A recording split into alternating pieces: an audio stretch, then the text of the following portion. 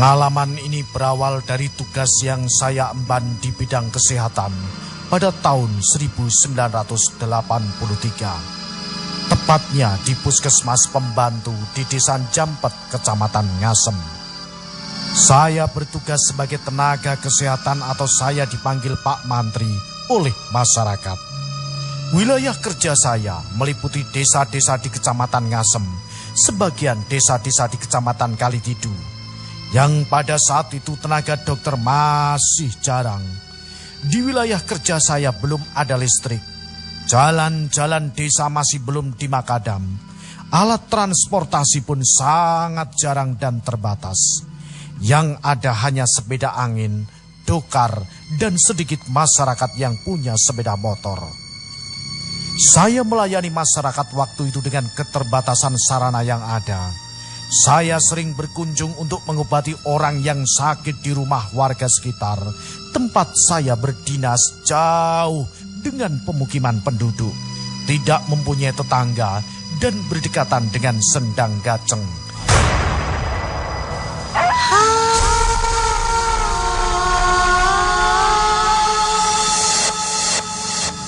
Yang terlihat seperti menyimpan misteri dan kelihatan angker.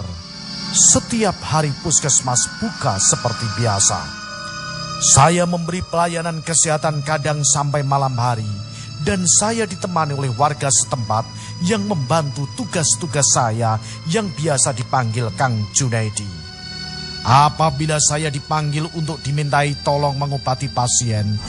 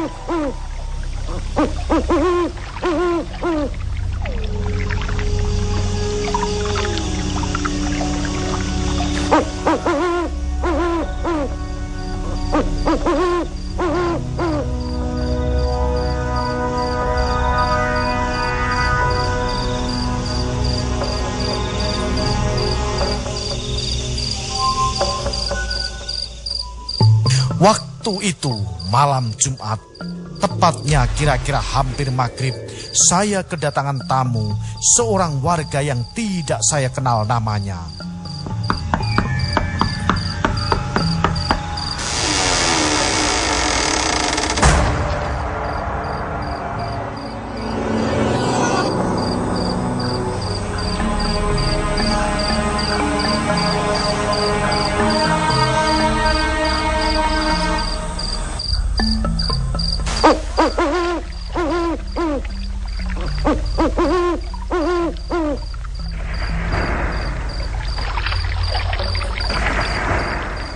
Saat itu hujan mulai turun.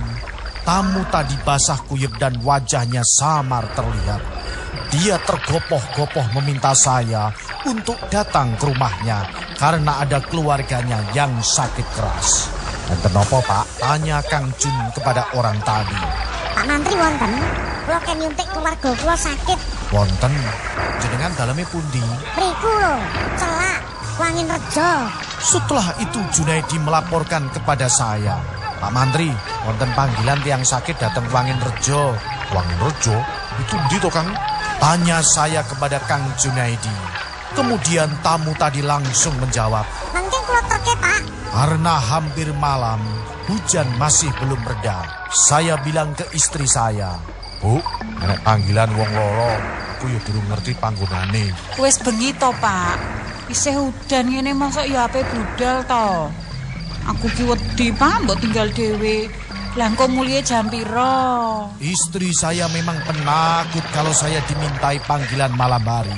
Kan dikancani Kang Jun to, aku engko diterne keluargane. Yo wis nakno, tapi aja suwe-suwe yo, Pak. Iya ya.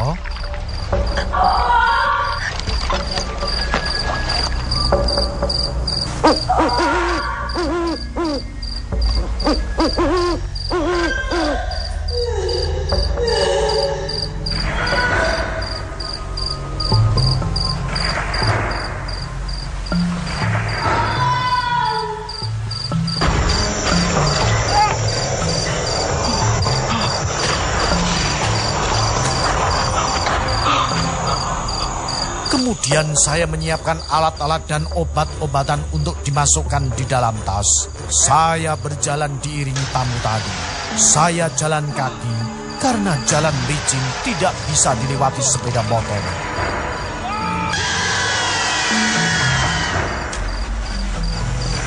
Hujan belum reda. Hanya lampu senter yang membantu memberi penerangan dalam perjalanan menuju Kuanginrejo.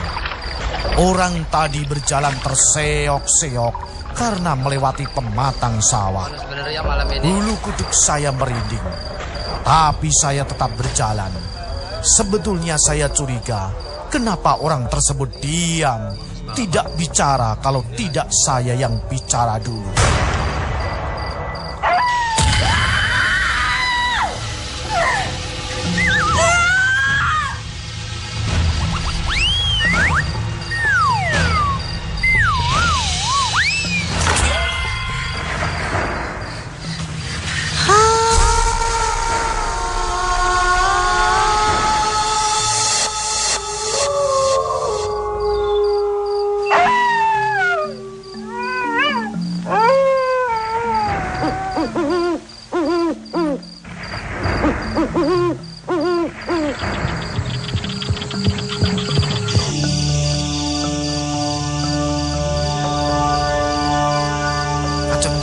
Pak Mantri, banyak orang tadi setelah saya cermati, ternyata Pak Gito, warga yang saya kenal.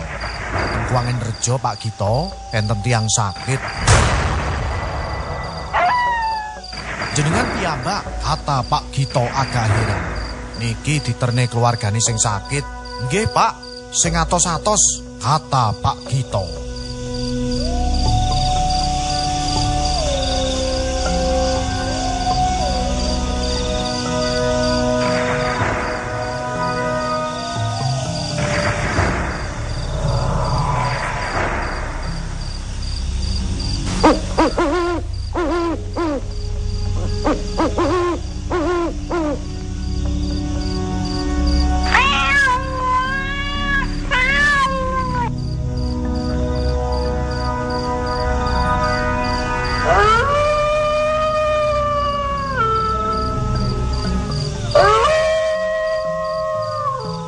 Singkat cerita, saya memasuki perkampungan yang sangat ramai dan penduduk yang berlalu lalang. Saya heran, ternyata di sini tidak hujan. Saya mulai merasakan sesuatu yang tidak nyaman. Niki Pak, Dione, kata orang yang menemani saya tadi. Saya kaget campur heran. Sebuah rumah joglo yang besar dan indah. Belum sempat kekaguman saya, di dalam rumah banyak orang. Setelah saya melihat situasi rumah, saya melihat seorang perempuan setengah baya yang sedang terbaring dengan muka pucat yang ditemani oleh beberapa orang keluarganya. Lalu saya menyapa.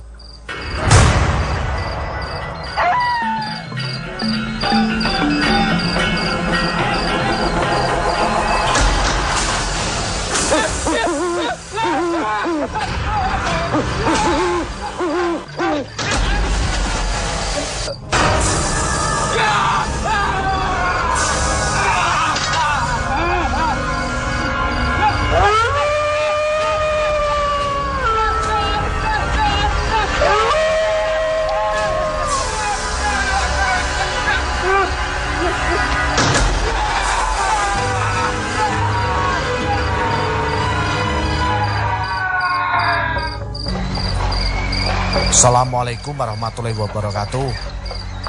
Sing bundi kang sakit, Bu? Orang tadi cuma memegang perutnya. Kemudian saya mulai periksa dan sampai memberi tindakan kepada pasien. Pasien tersebut minta diberi suntikan. Setelah itu saya menyiapkan obat-obat yang harus diminum. Ketika saya suntik, badan orang itu dingin sekali. Dan anehnya, semua keluarga yang ada di dalam rumah tersebut tidak ada yang berbicara alias membisu. Dan anehnya lagi, semua mata yang ada di dalam rumah itu menatap saya dengan tajam.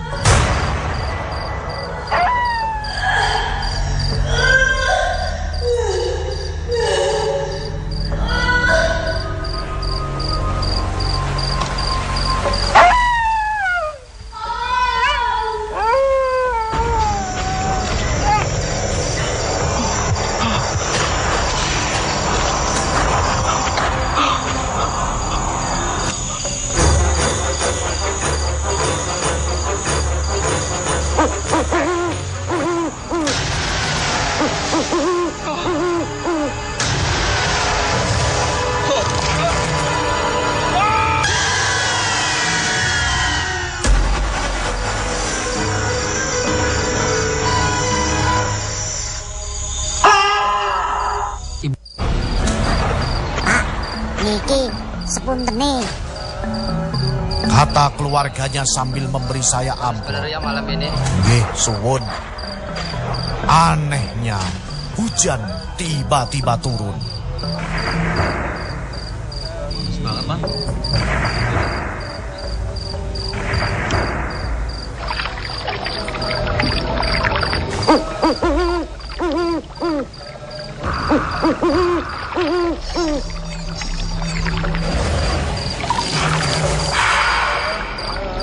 Tapi saya pamit untuk pulang. Malam semakin larut. Saya diantar keluarganya sampai gerbang pedukuhan. Kulo diterke ngantos mriki mawon, Pak. Kulo tak wangsul piyambak. Kata saya, setelah bersalaman saya segera melanjutkan perjalanan pulang ke rumah. Dalam hati saya masih bertanya-tanya. Dari kejauhan saya melihat perkampungan itu cukup ramai sekali. Hanya hal-hal yang aneh. Semakin jauh dari pedukuhan itu, dan tak terasa saya sampai di perbatasan desa Sidokumpul. Pak Mantri keng pundi? Kok melampah saking wono? Kata orang menyapa saya. Setelah agak dekat dengan orang tadi. Oh, saking Kuangin Rejo, Pak. Enten nopo, Pak? Dalu-dalu piyambrakan jenengan? Nggih nyuntik tiang toh, Pak. Jenengan iku des pundi to, Pak? Napa nyuntik gendruwo pripun? Kata orang tadi. Saya kaget dengan jawaban orang tersebut. Kemudian saya menceritakan kalau saya habis dimintai orang Kuangin Rejo untuk mengobati keluarga yang sakit. Sing leres, Pak. Mriku niku mboten wonten griya.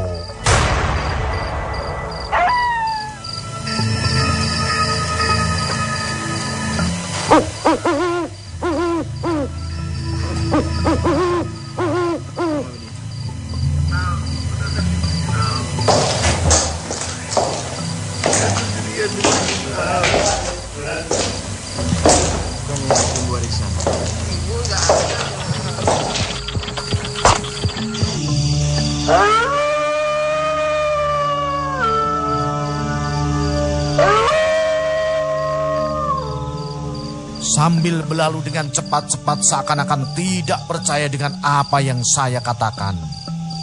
Pak, jenengan nyuntik gendruwo. Sambil lari-lari dan meninggalkan saya. Saya bingung, betulkah yang dikatakan orang tersebut? Sambil terus melanjutkan perjalanan pulang, bulu kuduk saya berdiri. Rasanya kaki saya berat untuk melangkah. Seakan-akan dibebani oleh sesuatu yang berat.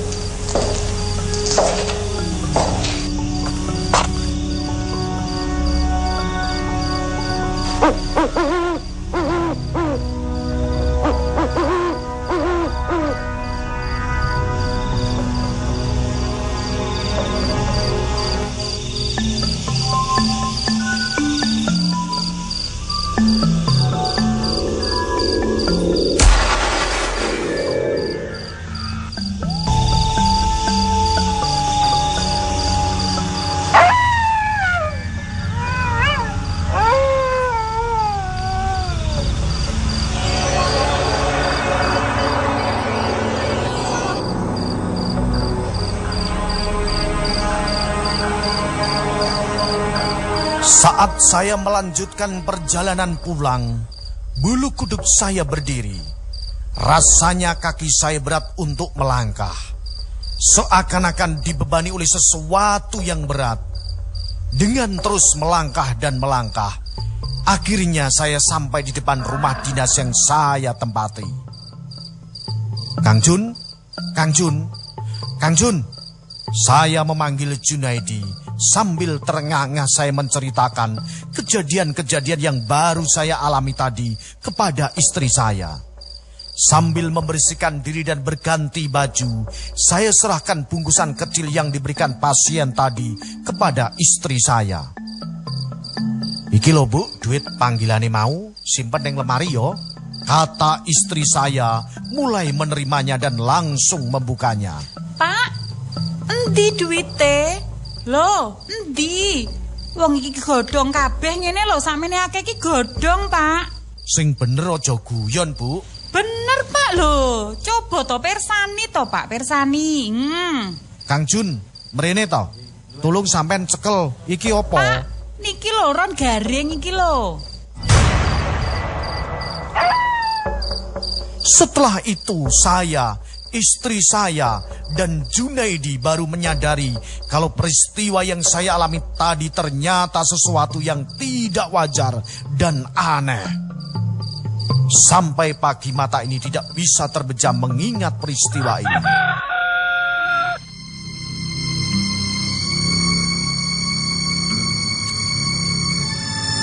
Pagi harinya saya melayani pasien seperti biasanya, tapi beberapa orang pasien pada kasak kusuk. Dek, jerilik kita, dewingi Pak Mantri neng kuangen, nyuntik wong loro. Kuangen ngendi ana omah? Anane grengkar walas ngono lho. Suara omongan pasien-pasien yang masih antri untuk saya layani. Saya mendengar semua pembicaraan mereka. Setelah selesai pelayanan di puskesmas, saya meminta Junaidi untuk mengantar saya ke Kuangin Rejo. Kang Jun, ayo terne aku ning Kuangin Rejo. Nggih, Pak. Saya dibonceng Junaidi naik sepeda motor menuju Pedukuhan Kuangin Rejo. Jalan masih belum kering, bekas hujan tadi malam. Dengan hati-hati saya cermati setiap jalan yang saya lewati tadi malam. Setelah sampai Kuangin Rejo, alangkah kaget dan terheran-heran saya. Ternyata hanya terdapat hutan belantara dan tidak ada pemukiman penduduk. Dan Junaidi pun ternyata sudah tahu kalau pedukuhan tersebut tidak ada penduduknya. Tapi ketika mau mengatakannya pada saya, seakan-akan mulutnya terkunci. Inilah pengalaman saya saat itu yang tidak pernah saya lupakan sepanjang hidup saya. Cerita ini saya persembahkan untuk Jimaters dimanapun Anda berada. Bersama saya, tim Jimat Sajian Malam Jumat.